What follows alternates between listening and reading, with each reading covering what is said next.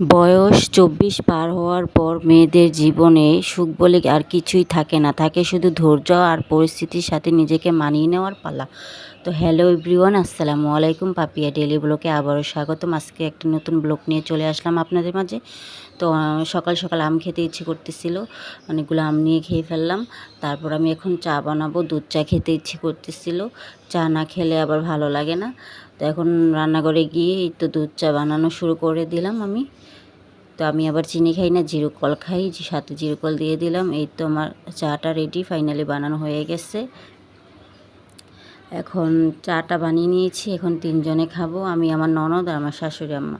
তো এখানে আমি নিয়ে নিয়েছি আজকে যেটা রান্না করব, এই ১.৫ কেজি পোলাও চালের খুদ নিয়ে নিয়েছি। এখানে আমি এটা ভালো করে প্রসেসিং করে ধুয়ে নেব। তো এই তো এটা আমি ধুয়ে নিলাম ভালো করে। এখানে আম্মু দেশের থেকে মুরগি পাঠিয়েছে, দেশি মুরগি।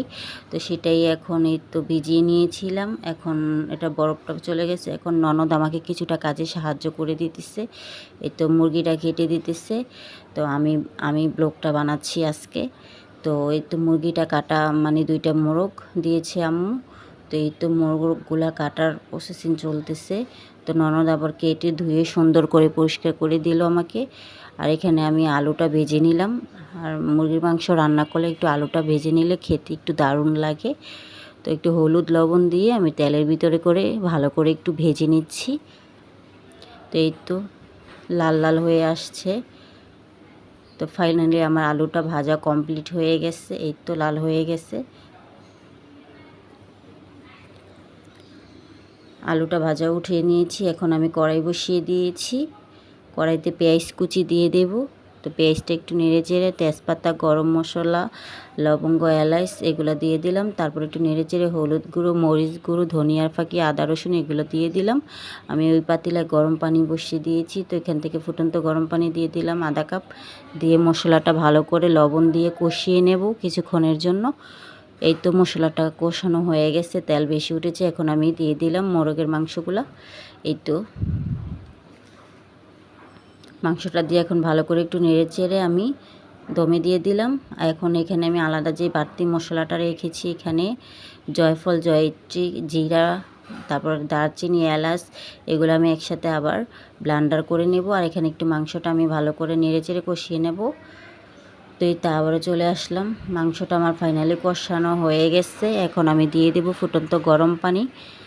আমরা আবার একদম ঢ্যাপঢ্যাপা ঝোল খাই, আমাদের বাসায় সবাই ঝোল পছন্দ করে পোলাওর সাথে। তো বেশি করে ঝোল পানি দিয়ে দিলাম। এই তো আর গরম মশলাটা ব্লেন্ডার হয়ে গেছে। এখানে জিরার ফাঁকি, গরম মশলা সবগুলো একসাথে আমি দিয়ে দিলাম। তা আমি এইভাবে গরম মশলাটা ব্যবহার করি। আর এই তো মাংসটাও একদম ফাইনালি হয়ে গেছে। এই তো মুরগির মাংস রান্না হয়ে গেছে। এখন কাঁচা লঙ্কা দিয়ে আমি একটু ভালো করে নেড়ে চেড়ে কিছুক্ষণ পর উঠিয়ে নেব। তো উঠিয়ে নিয়েছি মাংসটা। এখন আমি বড় পাতিল বসিয়ে দিয়েছি। এখন পোলাওটা রান্না করার পালা। তেল দিয়ে দিলাম পরিমাণ মতো দিয়ে দিলাম পেঁয়াজ কুচি, দিয়ে নেড়ে চেড়ে দেবো। দিয়ে দেবো গোটা গরম মশলা, দারচিনি, এলাচ, লবঙ্গ, তেজপাতা। আর এই তো মাংসটার কালারটা দেখতে পাচ্ছেন, খুবই সুন্দর আসছে। এখানে দিয়ে দিলাম আদা রসুন, দিয়ে একটু ভালো করে তেলটাতে আমি ভেজে নেব। দিয়ে দিলাম স্বাদ মতো লবণ। তো এখন আমি দিয়ে দিলাম মশলাটা কষিয়ে পোলাও চালটা দিয়ে দিলাম। দিয়ে দেওয়ার পরে এখন আমি দিয়ে দেবো মটরশুঁটিটা। আমরা কিন্তু ফ্রিজে এই শীতকাল আসলে সারা বছর মটরশুঁটিটা সংগ্রহ করে রাখি। যখনই পোলাও মাংস খাই, মাছ খাই, আমরা ব্যবহার করতে পারি এই মটরশুঁটিটা। তো এই তো ফাইনালি আমার খাবারটা হয়ে গেছে। কেমন হয়েছে সবাই কমেন্টস করে জানাবেন। ভালো থাকবেন। আবারও নতুন ব্লগ নিয়ে আপনাদের মাঝে হাজির হব। আল্লাহ হাফেজ।